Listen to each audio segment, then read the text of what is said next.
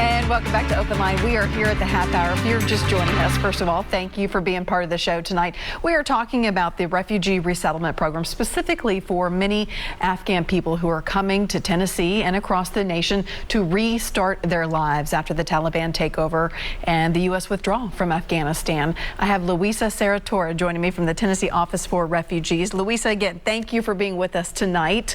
We were talking before the break about some of the personal stories that you remember and recall. And you said, I do, and I put you on the spot, first of all. So off the top of your head, you said, I do remember some people who are leading very successful and productive lives here now. Yeah, absolutely. I mean, it really runs the gamut, but, you know, something that I am continually humbled by is how many people who are refugees themselves that have chosen to devote themselves to this work across all kinds of levels, you know, working as caseworkers, working in employment services, working in mainstream organizations where they can help folks navigate some of our very complicated American systems better, or just open some doors for people. You know, even there's folks all across the country in my role that were refugees themselves, and just the you know, the bravery that it takes, I think, to stay in that work, even with what they have gone through themselves, and just the gift that they give to people that are newly arrived, that they know, those newly arrived folks know that this person really understands what they've been through, and they serve as an example to them, and they use that language a lot. You know, if I did it, you can do it too. And so it's just a very, it's really inspirational and humbling to see how many people have chosen to really give back in that way, even having suffered quite a bit. Can you give me a snapshot? We've talked about for the folks who fled Afghanistan, they would first go to a military base overseas, go through a vetting process, medical treatment if needed, run the gamut. Then they come to one of 8 military bases here in the U.S. for more of that, more screening. Once the city is chosen where they will go, what do those first few days or weeks actually look like? Yeah, that's a really great question. So the resettlement agency that will be assisting them would receive word that they are arriving. So they would start preparing housing for them. That might be with a family member or friend, if that's appropriate, or it may be their own apartment. So they would, you know, ensure that they have housing, that they have furniture and household goods that they need, that they have food in their refrigerator. They would meet them at the airport. They would make sure that they are oriented to their space and know how everything works in their apartment. They would receive they would receive orientation, cultural orientation, to sort of Life in America 101 of like sort of what to expect, you know, like what are some of our rules around housing or expectations around employment, or you know, typical laws and holidays and American sense of time, and just those sorts of expectations to try to smooth somebody's entry and give them just some information about what to expect. They will be linked to an English class so that they can learn the language if they do not already speak it. Their children would receive assistance in enrolling in school. They'll receive assistance in preparing for work. So, you know, what is an interview? What is a resume? What can you expect from an American workplace? And then physically setting up interviews and helping folks get to those and navigate those spaces.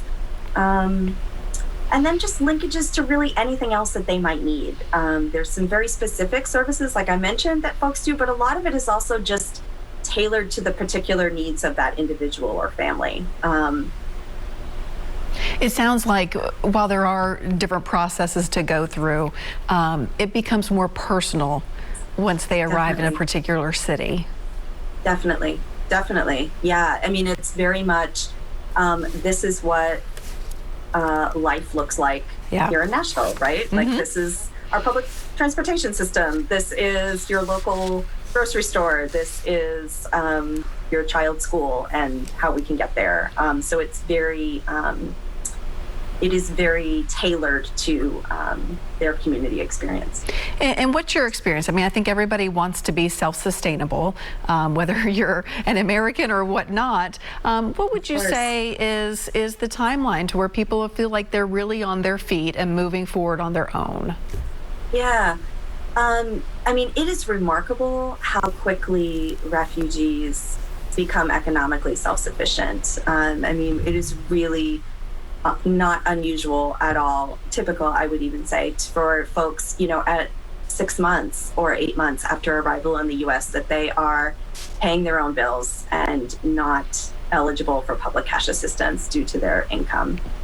So folks tend to go to work early and work hard, and we have some really wonderful and consistent employer partners, and have gotten some additional offers of that support in response to Afghans as well, which we're really grateful for. You know, I think a lot of the other pieces take a longer period of time. I mean, any of us that can remember studying a language in school, it takes time to learn another language. You know, it takes time to really feel comfortable in a space, and especially if you don't have a car, you know, getting around on public transportation, or, you know, needing to rely on family or friends. So I think that part can take a little bit longer, and that's really different for each family.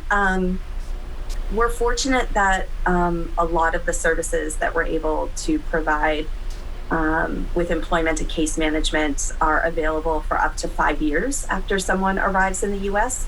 We certainly don't see people needing or requesting those services in the volume at year 5 than they were at year 1. But it's a nice support if folks you know, run into a problem that they just didn't expect to have to navigate, and to be able to have a safe place that they can come back to and receive a little assistance. We've talked about the numbers of people perhaps expected here in Middle Tennessee, maybe around 350 people, though it could be less, could be more. Right. I think it's important to note that a plane doesn't arrive and 350 people get off. That's right. Yeah, this is a 6 month, projected to be a 6 month program, running through a little bit over 6 months, actually, running through the end of March. And so, you know, we expect, or we anticipate seeing folks arriving over several weeks and months. We don't expect to see 300 people arriving next week. Have any of those arrivals started? I believe that we maybe had one family placed with a resettlement agency, but I don't believe anyone's arrived yet. Gotcha. And 2 agencies here locally are really going to be the 2 agencies that are in charge of this: Catholic Charities, and then also Nashville International Center for Empowerment, or NICE, as you said, right? That's right. Yes, that's right. And it's kind of like the handoff from the federal government here in Tennessee to these local agencies. That's exactly it. Yes. And then they will be doing, meeting them at the airport and then taking them through that 30 to 90 days of services and ensuring they have what they need. And obviously these agencies are the experts here on the ground of what needs to be done and how to do it. But I know so many people were just, their heartstrings were pulled when we saw what was happening in Afghanistan. They've said, we want to help. What can I do to help? And I know that I'm sure you have gotten those questions. So what are the best ways to help if somebody who is not in the practice of doing this? How can I help? Yes. First of all, you can. So, and we've been so thrilled to see so many folks make those kinds of offers.